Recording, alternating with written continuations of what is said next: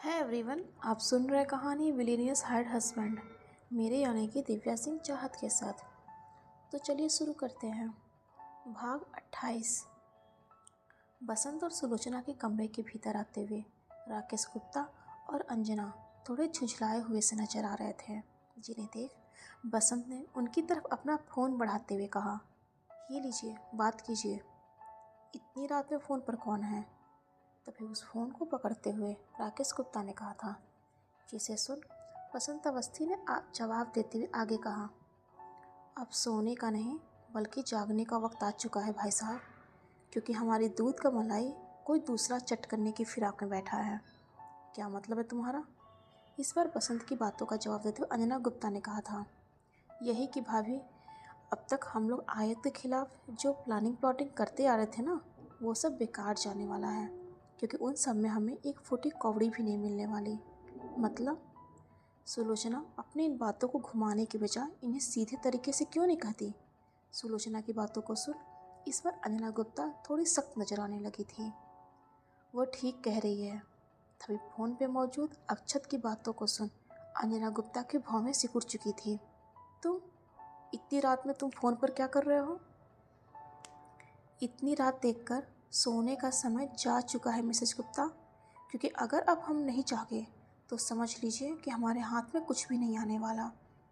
अक्षत के मुंह से भी ठीक वैसे ही बातें सुनकर अंजना गुप्ता जैसे इस बार काफ़ी ज़्यादा झुंझला उठी थी, लेकिन इस बार वो कुछ कहती उससे पहले ही अक्षत ने आगे कहा, आज मैं उस माहेश्वरी ग्रुप को ज्वाइन करने के लिए उस आयत से मिलने गया था, ताकि माहेश्वरी ग्रुप ज्वाइन करने के बाद हर वक्त मैं अपनी नज़रें आयत के ऊपर रख सकूं।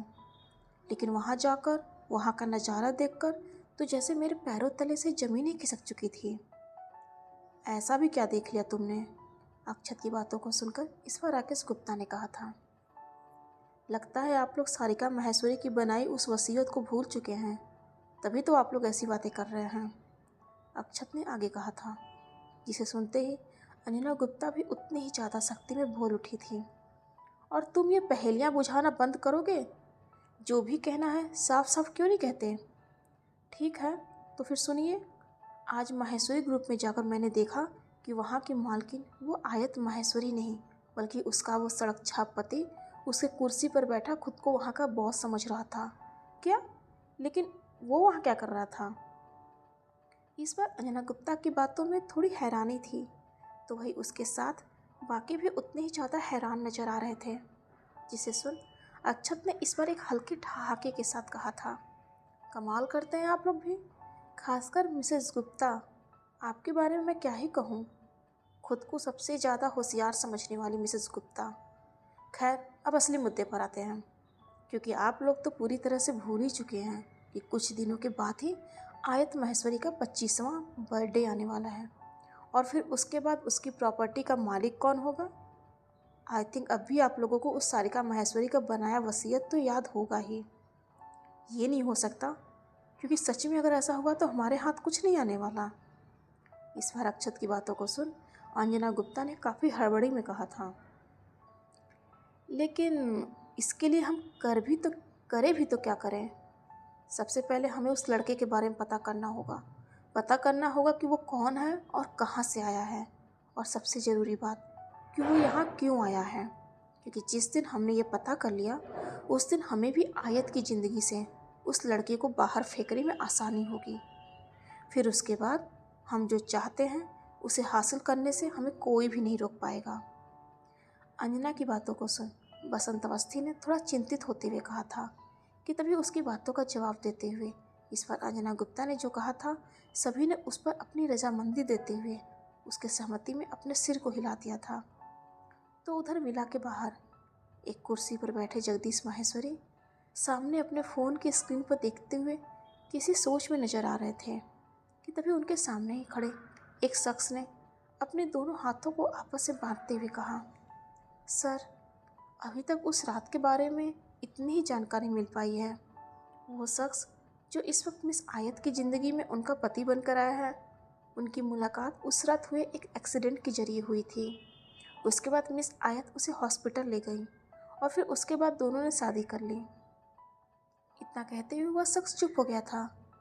ये वही शख्स था जिसे कुछ दिन पहले ही जगदीश माहेश्वरी ने आरुष के बारे में पता करने के साथ साथ उस रात हुए एक्सीडेंट और उसकी वजह से घायल उस लड़के के बारे में पता करने के लिए कहा था, जिसके बारे में कुछ जानकारी इकट्ठा करते हुए वह शख्स इस वक्त उनके सामने खड़ा था।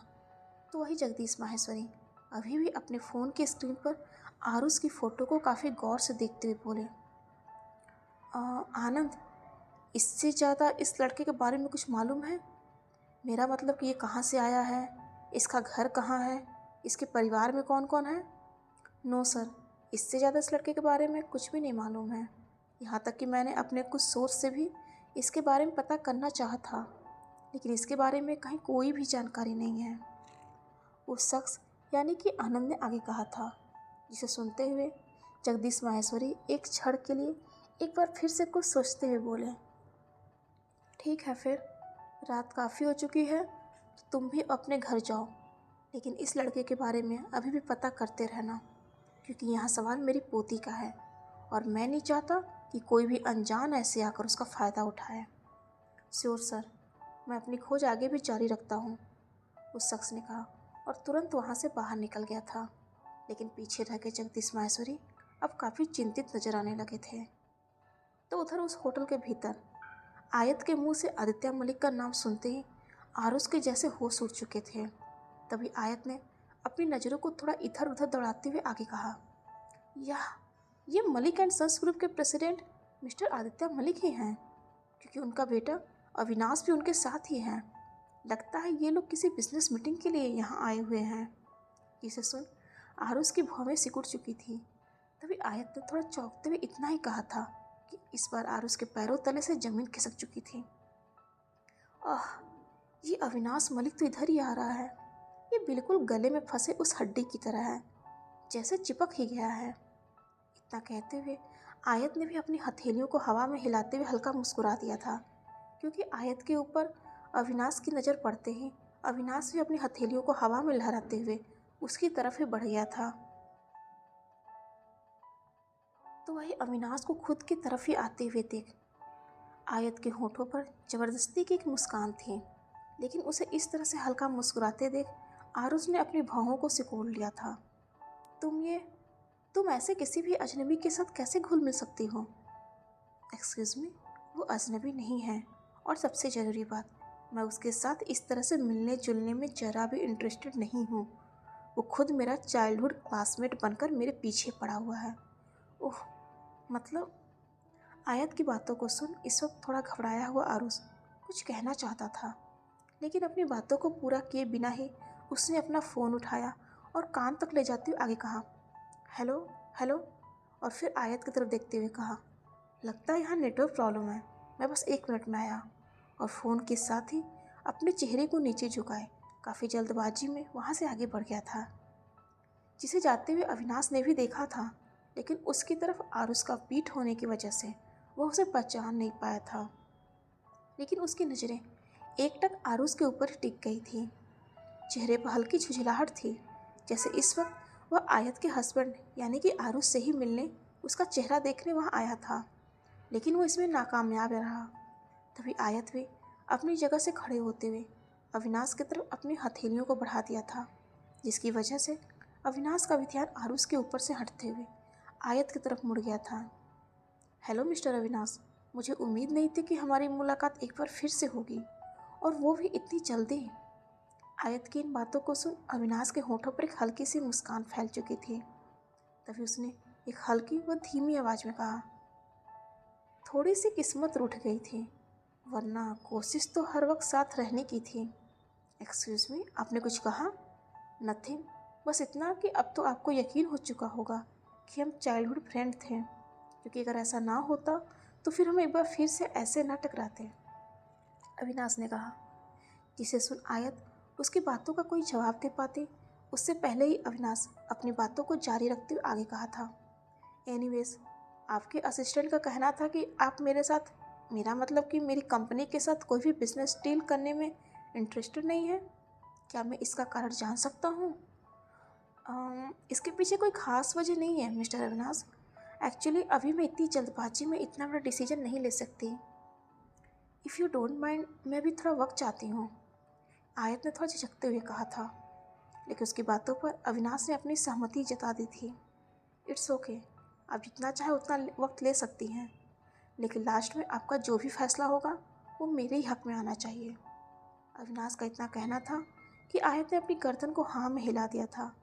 ओके, फिर इंजॉय योर डिनर, अविनाश ने आगे कहा और वापस से उस रास्ते की तरफ देखते हुए जिस रास्ते से भी थोड़ी देर पहले ही आरुष गुजरा था, एक नज़र उसे देखते हुए अपने डैड आदित्य मलिक की तरफ बढ़ गया था, जिसके जाते ही आयत ने भी एक नज़र खुद की चारों तरफ देखा, जैसे वह आरुष को ढूंढ रही हो।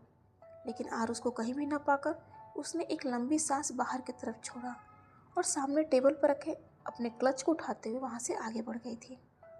जहाँ अभी उसने एक कदम ही आगे बढ़ाया था कि तभी उसकी नज़र टेबल पर ही रखे एक ज्वेलरी बॉक्स पर चली गई, जिसे देखते हुए आयत ने एक बार फिर से उन रास्तों की तरफ देखा जिस पर से थोड़ी देर पहले ही आरुष गुजरा था, और अगले ही पल उस बॉक्स को उठाते हुए उसे ओपन कर दिया था, जिसके भीतर एक पेंडेंट को देखते ही उसने उस बॉक्स को अपने क्लच में डाला और वहाँ से आगे बढ़ते हुए माहेश्वरी विला आ गई थी।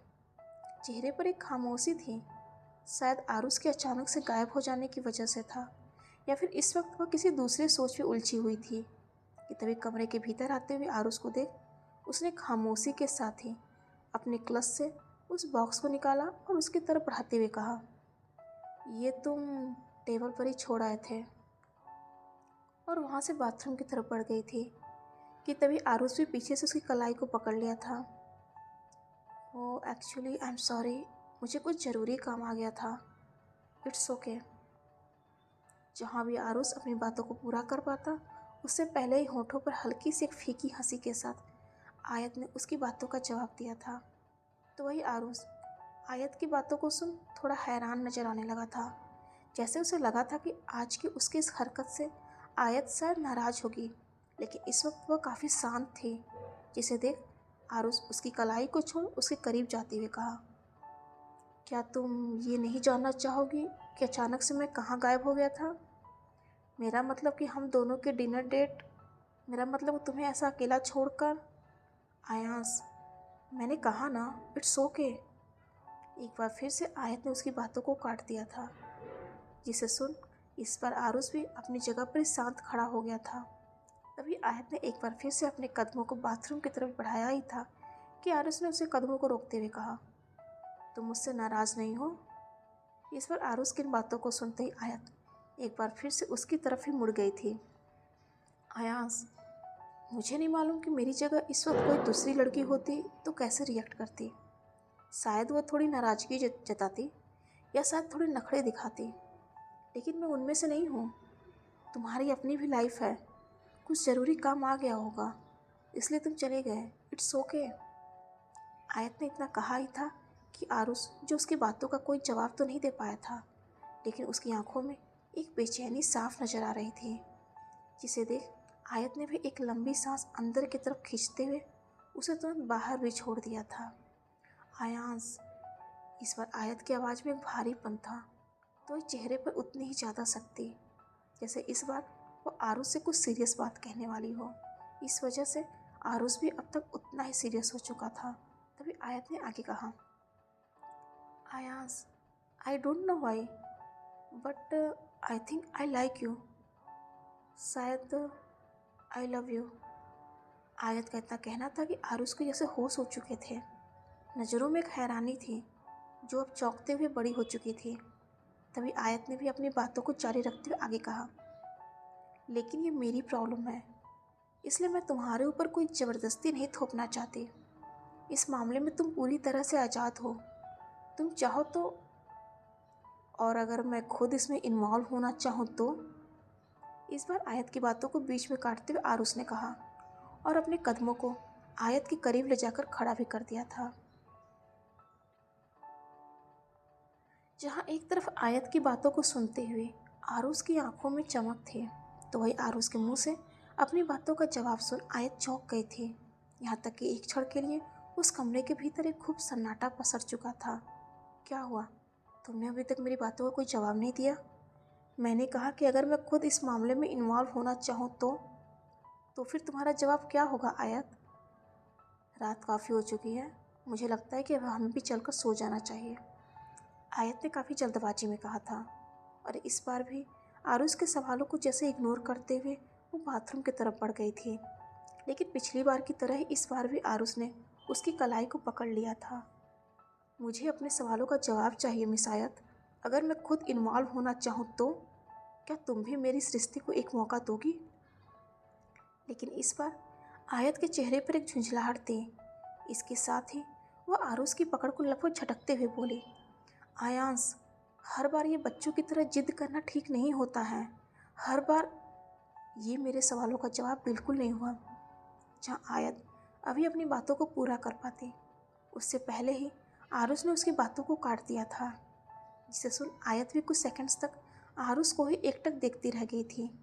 लेकिन अगले ही पल एक लंबी सांस बाहर की तरफ छोड़ते हुए उसने कहा, आयांश, ऑलरेडी तुमने मेरे लिए काफ़ी कुछ किया है, लेकिन अब और नहीं। खासकर ये जानते हुए कि जिस तरह से मेरे चारों तरफ एक खतरा है, मेरे साथ देने वालों के एवज में तुम भी कहीं ना कहीं उस मुसीबत में पड़ चुके हो। इसलिए मैं नहीं चाहती। तो क्या इस डर से प्यार करना छोड़ दोगी? परायों के डर से खुद को अपनों से दूर कर दोगी? इस बार आरुष की आवाज़ में थोड़ी सख्ती थी, तो ये आयत ने भी उतनी सख्ती में जवाब दिया था। लेकिन इस बार उसकी आंखों में हल्की सी नमी भी उतर आई थी। हाँ, कर दूंगी मैं दूर। अपने उन सभी लोगों को खुद से दूर कर दूंगी जिनसे मैं प्यार करती हूँ। आई बात समझ में? और अगर ऐसा मानने से मैं इनकार कर दूँ तो क्या तब भी तुम मुझे खुद से दूर कर दोगे? आयत की बातों को सुनते हुए आरुष ने कहा, और इस बार आगे बढ़कर उसके दोनों बाजुओं को पकड़ लिया था। आयत, तुम्हें नहीं मालूम कि तुम्हारे इस साथ के लिए मैंने कितना लंबा इंतज़ार किया है। तुमसे दूर रहकर भी सिर्फ तुम्हारे बारे में सोचता रहा। तुम्हें सलामत देखकर ही खुद को ये तसल्ली देता था कि तुम पास नहीं हो तो क्या हुआ, इस वक्त तुम मेरे साथ नहीं हो तो क्या हुआ, लेकिन मैं अपने उस प्यार को महसूस तो कर सकता हूँ, देख तो सकता हूँ। बस इतना ही सोचकर, जहाँ अभी आरुष ने इतना ही कहा था कि अचानक से आयत ने आगे बढ़ते हुए उसके लिप्स पर अपने लिप्स रख दिए थे, जिसे देख एक क्षण के लिए आरुष की नज़रें फैलते हुए बड़ी हो चुकी थी। लेकिन अगले ही पल उसकी उन आंखों में एक चमक भी थी। अपने दोनों हाथों को आयत की कमर पर रखते हुए उसे खुद के करीब खींच लिया था। तो वही आयत ने भी अपने दोनों बाजुओं को उसकी कमर पर कस दिया था, और उनका किस अब काफ़ी इंटेंस हो चुका था कि तभी अचानक से एक वाइब्रेशन के साथ आरुष का फ़ोन बज उठा था, जिसकी आवाज़ से दोनों काफ़ी जल्दबाजी में एक दूसरे से अलग हुए थे। ऐसे मानो जैसे कुछ क्षण पहले तक उन्हें होश ही नहीं था कि वो दोनों क्या कर रहे हैं। आयत ने हल्के शर्म से अपने चेहरे को झुका लिया था, तो वही आरुष भी अपना गला साफ करते हुए पॉकेट से अपना फ़ोन निकाल लिया था, जहाँ स्क्रीन पर अपने असिस्टेंट संजीव का नाम फ्लैश होता देख उसकी भौहें हल्की सिकुड़ चुकी थी। तभी उसने एक नज़र सामने खड़ी आयत की तरफ देखते हुए उस कॉल को डिस्कनेक्ट कर दिया था। आई एम सॉरी, मुझे कुछ अर्जेंट काम से बाहर जाना है, शायद आज की रात मैं वापस ना आऊँ। व्हाट? लेकिन इतनी रात में तुम कहाँ जा रहे हो? आरुष की बातों को सुन आयत काफ़ी ज़्यादा चौंक गई थी। साथ ही वो अपनी बातों को पूरा कर पाती उससे पहले ही आरुष ने उसके कंधे पर अपनी हथेलियों को रखते हुए कहा, मुझ पर भरोसा रखो, मैं जल्दी सब ठीक कर दूंगा। लेकिन एक नासमझी में आयत की भौहें सिकुड़ चुकी थी। तुम कहना क्या चाहते हो? यही कि तुम्हें मेरे ऊपर भरोसा तो है ना? आरुष ने कहा, जिसकी बातों को सुन आयत ने भी अपनी गर्दन को हल्का हिला दिया था। हाँ, मैं करती हूँ भरोसा, लेकिन तुम बस आज रात का वक्त दो, कल सुबह मैं तुम्हें सारी सच्चाई बता दूंगा। यहाँ तक कि ये भी कि मेरी कोई याददाश्त नहीं गई है, मुझे अपना अतीत, अपनी पहचान सब कुछ याद है। व्हाट? आयांश, तुम ये क्या कह रहे हो? आरुष की बातों को सुन एक बार फिर से आयत काफ़ी ज़्यादा चौंक गई थी, लेकिन एक बार फिर से आरुष ने उसकी बातों को काट दिया था। Please try to understand. अभी मैं तुम्हारे किसी भी सवाल का कोई भी जवाब नहीं दे पाऊँगा, क्योंकि अभी मुझे कहीं और जाना है। लेकिन बस इतना कहूँगा कि कल तुम्हारे सामने मेरी पूरी सच्चाई होगी। अपनी बातों को कहने के साथ साथ आरुष ने अपनी एक हथेली को आयत के गालों पर रख दिया था। तो वही आयत जिसकी आंखों में अभी भी आरुष के लिए कई सवाल थे, लेकिन उससे ज़्यादा उन आंखों में एक फिक्र, एक चिंता भी साफ नजर आ रही थी, जिस वजह से आरुष के बातों पर अभी उसने बस अपनी गर्दन को हाँ में हिलाया ही था कि उसे देखते हुए आरुष काफ़ी जल्दबाजी में उस कमरे से बाहर निकल गया था। लेकिन इस वक्त वह इस बात से अनजान था कि माहेश्वरी विला से बाहर निकलते वक्त एक साया भी उसका पीछा करते हुए उसके पीछे ही चल दिया था। डियर फ्रेंड्स, आज के लिए बस इतना ही। अगले भाग में जल्दी मुलाकात होगी। लेकिन हाँ, अगर आपको मेरी स्टोरी पसंद आ रही है तो प्लीज़ लाइक शेयर और सब्सक्राइब जरूर कीजिएगा। हर हर महादेव।